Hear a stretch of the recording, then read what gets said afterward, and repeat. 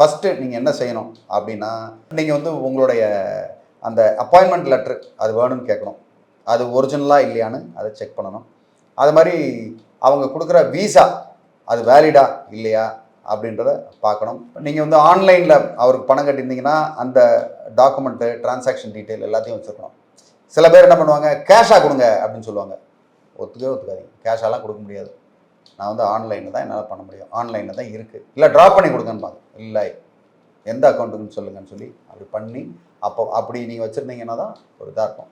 Moreover நீங்கள் வந்து ஒரு அக்ரிமெண்ட் மாதிரி கூட போட்டுக்கலாம் அவங்க கூட. ஏன்னா நீங்கள் வந்து அவங்ககிட்ட பணம் கொடுக்குறீங்க, ஒரு பெருந்தொகையை கொடுக்குறீங்க. ஓ, செலவுக்கு வேணும் இல்லையா? நானு பணத்தை பின்னாடி வச்சா பஸ்ல அடிச்சிடறாங்கன்ட்டு முன்னாடி வச்சிருக்கேன்டா. எல்லாத்தையும் நீயே வச்சுக்கோ.